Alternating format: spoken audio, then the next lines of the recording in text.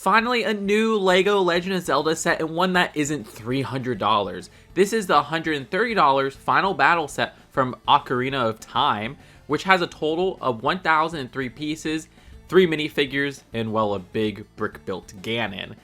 The design of this introduces our first ever Ganondorf minifigure. I am in love with this minifigure. It's probably my favorite minifigure of 2026 so far. Look, I'm a sucker for Smash Bros. And right away I'm like, okay, now we have another Smash fighter in LEGO minifigure form. The design of that specialized hairpiece with the forehead showing and the ears and everything there is absolutely perfect.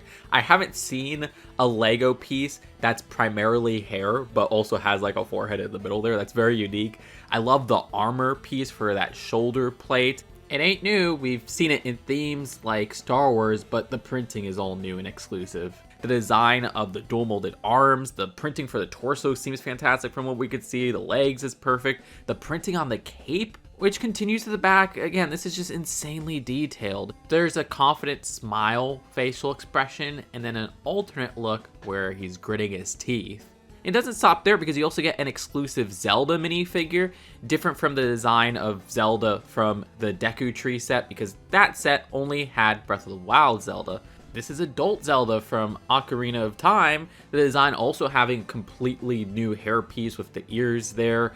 This is another design that I think of Super Smash Bros. Melee. Love the printing on the torso, love the exclusive face print, love the dress piece printing, and the dual molded arms, and you could see some more printing at the back as well, and how the sculpt of the hair continues at the back. And with Zelda, there's an alternate facial expression. Also notice the optional build which displays her powers being used. This is a very awesome minifigure that is so much better than other premium sets. Like the Stranger Things Creel House is $300 and there's no minifigure in that set that's better than this Zelda minifigure. I mean, heck, Link in this set is better than all the minifigures in the Stranger Things Creel House. The only thing is that this Link is the same exact one found in the Deku Tree set. But that makes sense because, well, yeah, this is the one that's used in this scene. Unless they wanted to give a different tunic color for Link, like they could have given the blue Zora tunic or the red Goron tunic. I would have loved that. I would have preferred that.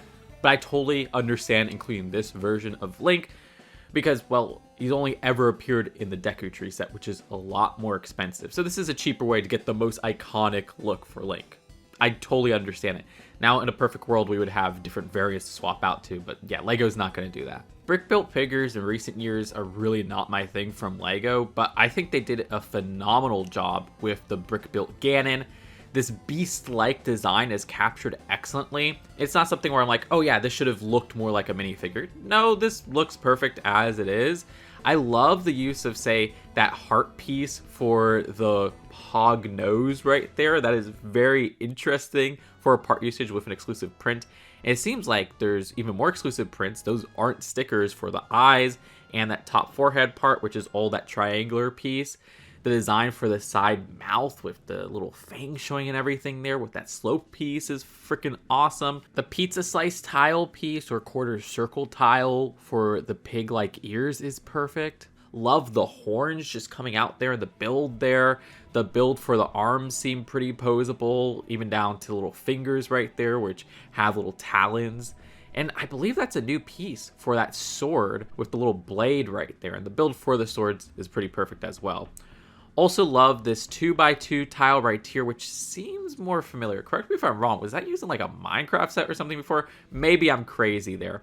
And even the legs with those hoof-like designs all the way at the bottom there. Love how they built that up. I love how they built the tail, which is kind of like a hit point in the battle. You have that eclectic color scheme at the very end there. Each section has a miniature ball joint with some posability. Yeah, I wish those weren't gray, but that's just a continuing problem with those miniature ball joints. The sculpting for the hair at the back, and a new cape altogether. Yeah, this is, once again, leagues better than other licensed themes with, say, brick-built characters. The build doesn't feel like there's any cut corners. It looks like the character in a very Lego-like form. Lego Pikachu, you taking notes? And I guess that leaves us with the Diorama Build. I mean, you could probably stretch and say play set because there is a play feature. We'll get to that in a bit. But the design for this is that ruined Hyrule Castle look from that final battle, which isn't the most detailed terrain even in the game, so this does come off very basic. I mean, I like that tower to the right there. I like how they add the Triforce at the front there with part of like that bordering design, though this doesn't have the border of, say, one of those diorama sets with a quote or anything there. It is kind of a flat plane going on. It honestly gives me vibes of The Rise of Voldemort, this Lego Harry Potter set that was $20 back in 2019. Yeah, this would never be $20 nowadays. This would be $40 if we look at the amount of minifigures, including ones exclusive to the set.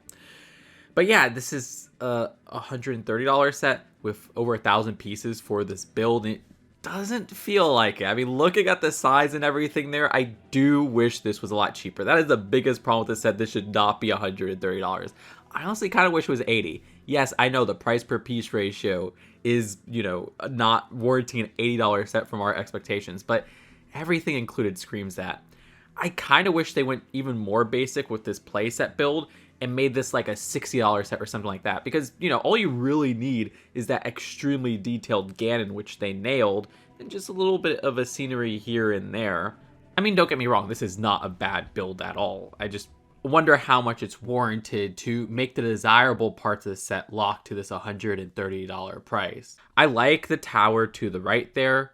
Oh yeah, Navi is included in this set, which is the same print they used on one of those dish pieces from the large Deku Tree set. Inside that tower, they have the Megaton Hammer, which is actually a pretty good replication of the in-game design. I like the build there. This is the play feature, which is this little part back here, which can be flipped open to reveal Ganondorf inside. Yes, they replicated that whole play feature from that Monster Fighter set I love, the Zombies, which is actually another graveyard play set.